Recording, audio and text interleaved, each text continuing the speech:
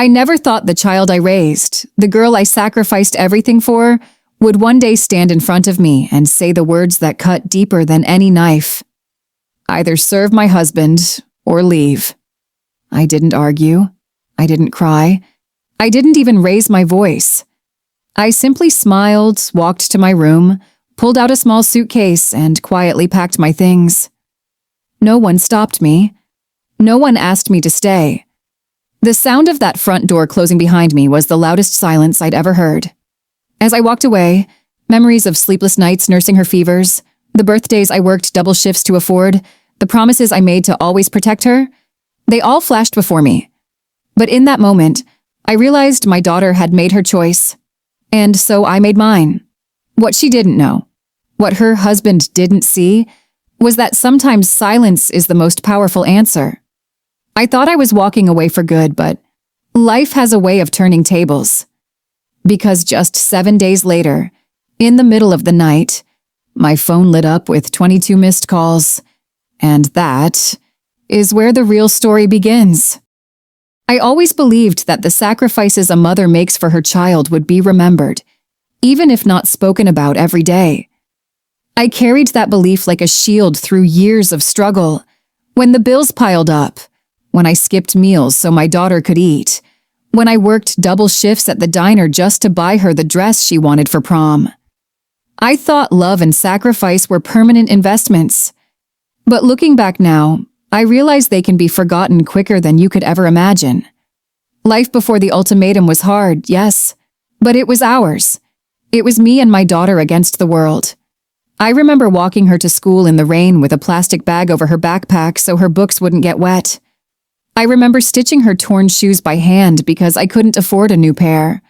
I remember staying up late to iron her clothes so she could walk into class with pride, even if all we had was secondhand. I never let her feel poor, though the truth was that we barely scraped by. I skipped my own dreams so she could chase hers. I wanted to go back to school, to maybe become a nurse or a teacher, but every penny went to her future.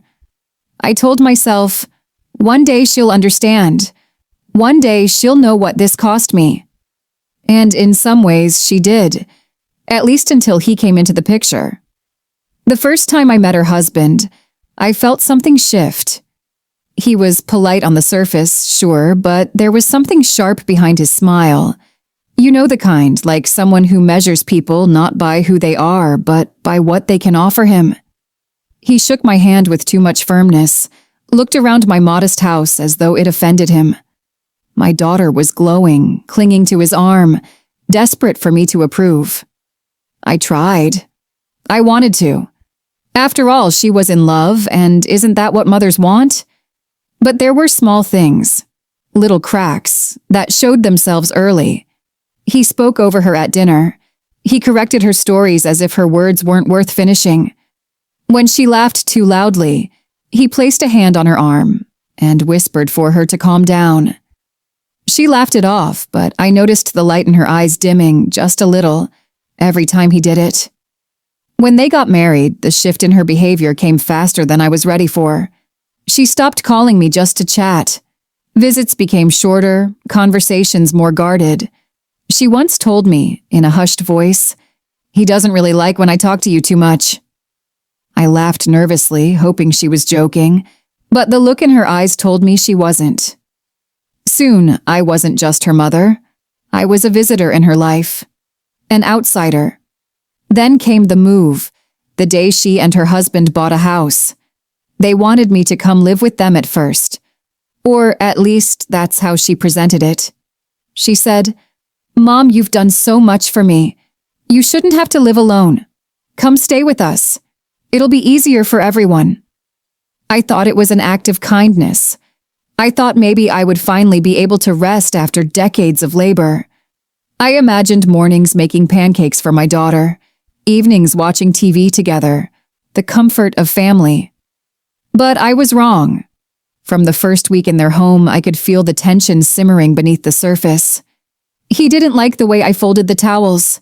He didn't like how I seasoned the food. He complained if I left the porch light on, or if I hummed while washing dishes. Every day, It was something. And my daughter, my own flesh and blood, began to echo his complaints. She was changing, or maybe she was always changing, and I just didn't see it until then. Her voice grew colder, her patience thinner. Where once she had defended me, now she stood beside him, arms crossed, as he lectured me about boundaries. It was as though I had become a burden overnight. The moment that sealed everything happened on an ordinary evening, though the words will haunt me forever. We were sitting at the dinner table. I had made a simple meal, roast chicken, mashed potatoes, green beans. He pushed his plate away, unimpressed, and said to my daughter, "You see, this is exactly why I told you she doesn't belong here. She can't even cook properly." My daughter laughed, not kindly but nervously, as though she was caught between pleasing him and betraying me. I stayed quiet, staring at my plate, swallowing my pride along with every bite. And then, as if he hadn't already cut deep enough, he turned to me. His voice was calm, but his words were ice cold. "From now on, if you're going to stay in this house, you need to understand something. You will cook when I say, clean when I say, and keep quiet when I say. You're not a guest here, you're here to serve." The silence that followed was deafening. I waited for my daughter to stand up, to defend me, to say something, anything. But she didn't. She looked at me with eyes that were once filled with love, but now carried only resignation. And then she spoke words I will never forget. "Mom, he's right. Either serve my husband or leave." It was like the air had been sucked out of the room. For a moment, I couldn't breathe. My heart pounded, my hands trembled under the table, and every memory of sacrifice, every long night, every dollar I had scraped together for her education, every moment of my life I had given up, it all came crashing down in that single sentence. I wanted to scream. I wanted to remind her who had carried her when she was sick, who had worked her fingers raw to keep a roof over her head, who had loved her when no one else would. But instead, I smiled. A small, tired smile. Without a word, I stood, went to my room, and pulled out a small suitcase. I placed inside only what I needed, some clothes, a framed photo of her as a little girl, and the journal I kept during her childhood. I zipped it up quietly, walked past them without raising my voice, and headed for the door. No one stopped me. No one begged me to stay. The only sound was the click of the latch as the door closed behind me. And that was the breaking point. The moment those words left my daughter's lips, the air inside that house grew heavier than stone. Either serve my husband or leave. I don't think I'll ever forget the sound of her voice when she said it. Not angry, not broken, not even hesitant. Just cold. As if my years of sacrifice had dissolved into nothing more than background noise. I didn't argue. I didn't defend myself. I didn't remind her of the childhood she only survived because I worked myself to the bone. I simply rose from my chair, walked down the narrow hallway, and entered the small room they had given me. The walls felt tighter than ever, as though they already knew my time there was over. I reached for my old, battered suitcase, the same one I had used for years when life forced me to move from one apartment to another, chasing rent I could barely afford. I laid it on the bed, the zipper squeaking in protest when I opened it. The sound seemed so loud in the silence of that house, and I wondered if they could hear it from the kitchen. But I didn't care. I folded my clothes quietly, one piece at a time. Every shirt carried a memory. School plays, graduations, birthdays, moments where I thought love was strong enough to keep us together. I tucked them neatly into the suitcase, as though I was preserving those memories inside its walls. And then my eyes fell on the framed photo on the nightstand. My daughter at 6 years old, missing teeth, holding a balloon at the county fair. Her hair was tangled, her cheeks sticky from cotton candy, and she was laughing in a way that seemed unstoppable. I picked up that photo and traced her little smile with my fingers. That child, that version of her, would never have spoken to me the way the woman downstairs just did. That child only wanted my love, my comfort, my presence. But somewhere along the way, she had been replaced by someone I barely recognized. And yet I couldn't bring myself to leave that photo behind. I slipped it carefully into the suitcase, as though it was more valuable than gold. I also packed the small journal I had kept during her childhood, the one filled with her milestones. The first time she walked, the first words she spoke, the letters to Santa I wrote when she was too young to spell, pretending they were from him. That journal was proof that I had been there, proof that I had done my duty as a mother. I zipped the suitcase shut, slowly, deliberately. No slamming, no noise, just quiet. And then I stood still for a moment, letting the weight of betrayal sink into my chest. My hands trembled against the handle of that suitcase, my throat tight, but not a single tear fell. Not yet, because if I let myself cry in that house, they would have won. So instead, I straightened my back, forced a small smile onto my face, and stepped out of the room. I walked down the hallway, past the kitchen where they sat. Neither of them looked up. Neither of them said a word. No confrontation, no begging, no goodbye. Just silence. The kind of silence that screams louder than any words could. The night air hit me the moment I stepped outside, cool and sharp, like a reminder that the world was still moving, even if mine had stopped. I pulled the suitcase behind me, each wheel rattling over the uneven pavement. With every step, memories flooded in, sleepless nights rocking her in my arms, the hunger I endured so she could eat, the blistered hands from working jobs I hated just to pay for her college tuition. I remembered the Christmas she unwrapped the bicycle I couldn't afford, the one I bought anyway by pawning my wedding ring. Her smile that morning was worth every sacrifice. I remembered sitting in the cold bleachers at every soccer game, no matter how tired I was, just so she would see me cheering. I remembered the time she came home crying because other kids made fun of her thrift store shoes, and how I promised her that one day, things would be better. And now, here I was, walking away from her home as though I had never been part of it, carrying a suitcase filled with the remnants of a life that no longer fit. I didn't have a plan. I didn't know where I was going. My mind swirled with panic. Where would I sleep tonight? How would I manage on my own again? I had given so much of myself to her life that I had forgotten to build one of my own. But then, like a small spark in the darkness, I remembered an old friend. Carol. We had worked together years ago at the diner, back when I was juggling 2 jobs. She had once told me, if you ever need anything at all, call me. So I did. My hands shook as I dialed her number, afraid she wouldn't answer, afraid she wouldn't even remember me. But she picked up on the first ring. Her voice was warm, steady, the opposite of the cold silence I had just left behind. I didn't tell her everything. I didn't have the strength. I just asked if I could stay for a while, and without hesitation, she said, "Of course, my door is always open." Relief washed over me, but it was mixed with shame. Here I was, a mother cast aside, leaning on a friend for shelter. I had raised a daughter, given her every piece of me, and yet I had no place in her home. That night, I slept in Carol's spare room. It was small, just a twin bed with faded sheets, but to me, it felt like a palace. For the first time in months, maybe years, I felt like someone wanted me there. She brought me a cup of tea, sat with me for a while, and said, "You don't owe anyone servitude, not even family." Her words were kind, but they couldn't erase the pain. Lying in that bed, I stared at the ceiling and let the tears finally come.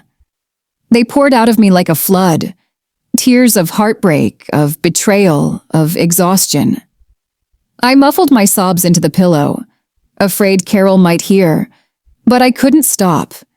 Because it wasn't just about leaving a house. It wasn't just about a cruel husband or a cold ultimatum. It was about losing my daughter. The little girl who once clung to my hand, who once whispered, "Don't leave me, Mommy." And now she was the one who had left me, even as I stood right in front of her. That night, grief pressed down on me like a weight, and sleep didn't come easily. But in the quiet hours, I also felt something else stirring deep inside me. Not anger, not revenge, not yet, but strength. The strength that comes when you realize you have survived every storm life has thrown your way, and you can survive this one too. I had walked away with nothing but a suitcase, a photo, and a journal. But I still had my dignity. And I promised myself, as I finally drifted into restless sleep, that no one, not even my own daughter, would ever take that from me again. The days that followed my quiet departure stretched on like endless corridors, long, hollow, and heavy with silence. No calls, no messages, no footsteps rushing after me that night.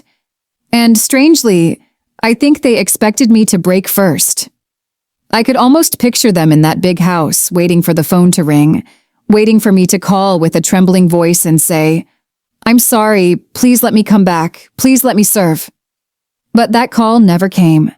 Not because I wasn't lonely, not because I didn't ache for my daughter's voice, but because I knew in my heart that submission would have been worse than exile. Every hour of silence became a shield. Every minute I didn't reach out became a statement louder than shouting. I wasn't going to beg. I wasn't going to crawl. I had lived too long, fought too hard to let my dignity be crushed like that. At Carol's house, the silence was different. It wasn't hostile. It wasn't laced with judgment or cold glares. It was peaceful, broken only by the hum of her old refrigerator or the occasional bark of the neighbor's dog. In that quiet, I began to remember myself, not just as a mother, but as a woman who had survived. I thought back to the day my husband left me all those years ago. I remember standing in the kitchen, my daughter still a little girl, clinging to my leg and asking why Daddy wasn't coming home. I remember the crushing weight of despair, the way the bills stacked higher than my paychecks, the way exhaustion became my shadow. And yet, I endured. I didn't break then. I wouldn't break now. Another memory returned, me working double shifts at the diner. My feet ached so badly I thought I'd collapse, but I kept going. I'd smile at strangers, refill their coffee cups, and then come home to cook dinner for my daughter, as if I hadn't just scraped through hell. I stayed strong because she needed me strong. And then there was the winter when the heat went out in our tiny apartment. Snow piled against the windows and the cold bit through every crack. I wrapped my daughter in blankets, pulled her into bed with me, and told her it was an adventure, like camping indoors. She giggled, thinking it was all a game, while I lay awake the whole night, my body shivering but my heart determined to keep her warm. Through every trial I had stood tall, and now, as I sat alone in that borrowed room, I realized silence wasn't my weakness. It was my weapon. Still, the loneliness whispered. It came in waves, especially late at night. I'd pick up the framed photo of her as a little girl and whisper to it, as though she could hear me through the glass. "Where did you go, baby? Where did that sweet girl go?" But then I'd remind myself, love doesn't mean surrender. Dignity doesn't mean defeat. I could love her and still refuse to be her servant. So I chose silence. I let the phone sit untouched. I let the days pass without reaching for her. And slowly, I began to see what that silence was doing to them. News travels fast in small towns, even without words. People talk. And though I didn't go looking for information, it found its way to me. A neighbor of theirs, someone I'd known for years, stopped by the diner where Carol still worked part-time. She told me that things in my daughter's household weren't as perfect as they had seemed. The garden was overgrown. The laundry piled up. Meals were inconsistent. The perfect little machine they thought they had built was falling apart without me quietly oiling the gears. I wasn't there to fold the towels just right. I wasn't there to scrub the counters until they gleamed. I wasn't there to watch the baby while they went out, or to iron his shirts, or to manage the dozens of invisible tasks that kept their house standing tall. And though they would never admit it out loud, my absence was a crack in their foundation. I could imagine the conversations taking place behind those closed doors. Him. Why hasn't she called? She needs us more than we need her. Her? She'll come back. She always does. She has nowhere else to go. But as the days turned into weeks, their confidence must have faltered. Because I wasn't coming back. I wasn't crawling on my knees. I wasn't going to prove their cruel words right. Instead, I poured my energy into small acts of healing. I started walking each morning, just to feel the air fill my lungs. I began writing again in my old journal, not just about the pain, but about the resilience that carried me. I cooked simple meals for Carol and myself, laughing with her over cups of tea, rediscovering what companionship without control felt like. And slowly, my quiet strength began to rebuild. Silence is a curious thing. To some, it feels like emptiness. To others, it feels like power. And in my silence, I knew my daughter was hearing a message louder than any words I could have shouted across that dinner table. The message was this: you cannot break me. Every sacrifice I had made for her, every sleepless night, every penny saved, every dream I had put aside, had not been in vain. Because those sacrifices had forged me into someone unyielding, someone who could survive abandonment without crumbling. It wasn't easy, of course. There were nights when I sat awake, staring at my phone, tempted to dial her number. I'd imagine her voice on the other end, maybe soft, maybe apologetic. I'd imagine us making amends, but each time I'd stop myself. Because if I called, if I was the first to break the silence, it would mean she had been right to treat me as disposable. And I wasn't disposable. Meanwhile, the cracks in their household grew wider. I heard stories. Small, casual remarks passed from neighbor to neighbor. How he complained that the house was too much for them to manage alone. How she looked tired, her eyes hollow, as if the weight of her choices was finally sinking in. How arguments spilled through their walls, loud enough for the neighbors to hear. Without me, their perfect little world wasn't so perfect after all. I sat one afternoon by Carol's window, watching the sun dip low, and thought to myself, sometimes silence is louder than shouting. Sometimes walking away says more than standing your ground. And sometimes the only way to teach those you love is to let them feel the absence of your presence. I didn't need to slam doors or throw accusations. I didn't need to explain myself 100 times over. I only needed to leave quietly, to stay silent, and let the echo of my absence do the talking. Because deep down, I knew, sooner or later the silence would break. Not by me, but by them. And when it did, it wouldn't be me reaching out in desperation. It would be my daughter.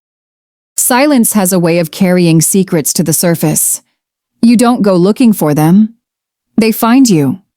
And as the days stretched into weeks after I left that house, whispers began to reach me, carried on the voices of neighbors, old friends, and even strangers who had nothing to gain from telling me the truth. At first, I ignored them. I told myself it wasn't my business anymore. I told myself I had walked away. And with that walk, I had surrendered the right to know what went on behind their doors. But rumors have a way of gnawing at you, especially when they echo what your heart already suspected. The whispers were about him, my son-in-law. The man who had stood over me at that dinner table, demanding I serve him as though I were a maid. The man my daughter had chosen over me, believing his strength, his wealth, his promises. It turns out his strength was a facade. His wealth, borrowed. His promises, hollow. The first rumor came from Carol, my old friend. She didn't want to upset me, but she thought I should know. She said she'd overheard people at the diner talking about how his car had been repossessed. Not the fancy one he used to drive proudly, but the second car, the one he claimed was just a backup. Apparently, he hadn't been making payments for months. I brushed it off at first. Maybe it was just gossip. Maybe everyone was exaggerating. But then another whisper followed. This one came from a neighbor who had known my daughter since she was a child. She leaned across her porch railing and told Carol, who later told me that she'd seen collection notices piling up in their mailbox. Red envelopes, bold letters, final notice, urgent. And that's when the picture started to form. My son-in-law had built an image, a perfect image of success and control. The tailored suits, the expensive watches, the way he looked down on my modest home as though he was above it all.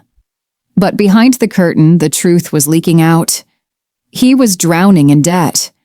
Worse still, I began to hear whispers that the debt wasn't just financial. A friend from church called me one afternoon. She hesitated, not sure if she should share what she'd heard, but eventually she told me.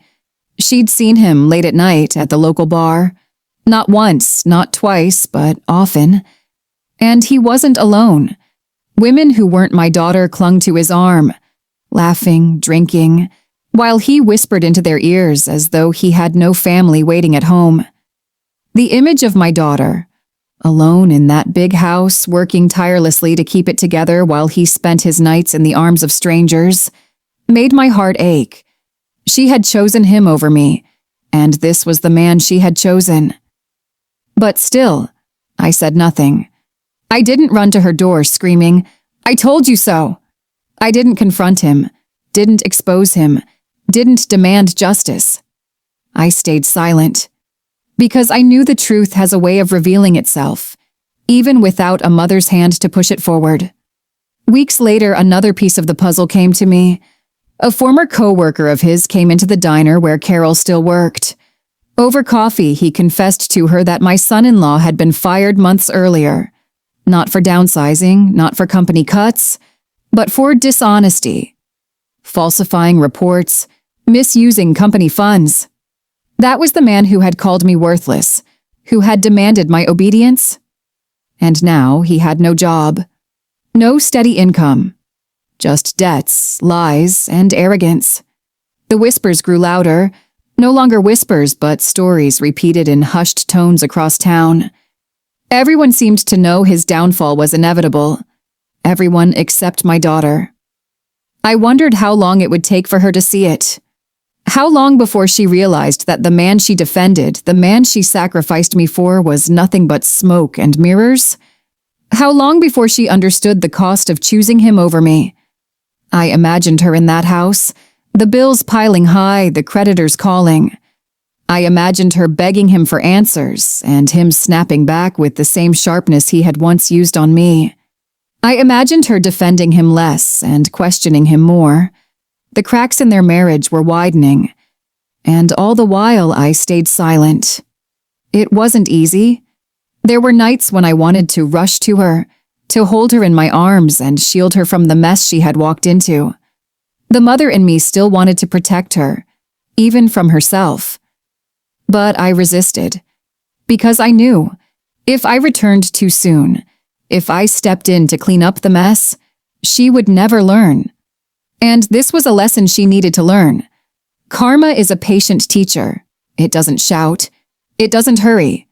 It simply waits, unfolding quietly until the lesson becomes undeniable. And karma was unfolding all around them.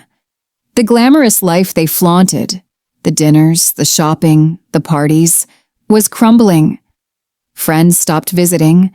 The invitations dried up. People whispered behind their backs, shaking their heads, pitying my daughter for the choices she had made. She was beginning to see it piece by piece. I heard from a mutual acquaintance that she'd been spotted at the grocery store, arguing with the cashier over a declined credit card. I heard that she started canceling plans with friends, embarrassed by her circumstances. I heard that she looked thinner, her face drawn, as though stress had become her constant companion. And though it broke my heart, I didn't intervene. Because sometimes the only way for a child to grow is to stumble in the dark until they reach for the hand they once pushed away. I sat in Carol's living room one evening, the sun setting low, casting long shadows across the floor. I held my journal in my lap and wrote, Dignity is not found in words, but in silence. And silence is not weakness. It is strength. For the first time in years, I wasn't exhausted. I wasn't stretched thin trying to hold someone else's world together. I was simply still. And in that stillness, I found peace. Meanwhile, the storm was brewing in their house. My daughter was beginning to realize the cost of her choices. I could feel it, even without speaking to her. The weight of betrayal, the sting of debt, the loneliness of a husband who wasn't who he pretended to be, it was all crashing down. And as much as I wanted to, I didn't say a word, because I knew the silence was speaking for me. It was saying, I warned you, I raised you, I loved you, and you chose him over me. Now you must live with that choice until you see the truth for yourself. And so I waited for the cracks to widen, waited for the lies to unravel, waited for the day when my phone would finally ring. Not with arrogance, not with dismissal, but with desperation. Because I knew, deep in my heart, that day was coming. And when it did, the silence that had once felt like a burden would become my greatest power. The night it happened was quiet. Almost too quiet. The kind of quiet that makes the ticking of a clock sound louder than it should. The kind of quiet that makes you aware of every creak in the floorboards. I had gone to bed early that evening, curling beneath the thin blanket in my small rented room. Life had settled into a rhythm. Lonely, yes, but peaceful. For the first time in years, I wasn't bending myself into pieces to serve anyone. And then, the phone rang. At first, I ignored it. I thought maybe it was a wrong number, maybe someone calling too late. But then it rang again. And again. By the time I rolled over and picked it up, the screen was glowing with a number I knew better than my own heartbeat. My daughter. I froze. My thumb hovered over the button, my heart pounding. Should I answer? Should I let it ring? I hesitated, and in that hesitation, the call ended. But within seconds, it rang again. And when I finally looked, I saw it. 22 missed calls. One after another, stacked in red across the screen, each one more frantic than the last. Something was wrong. Very, very wrong. With shaking hands, I answered the next call.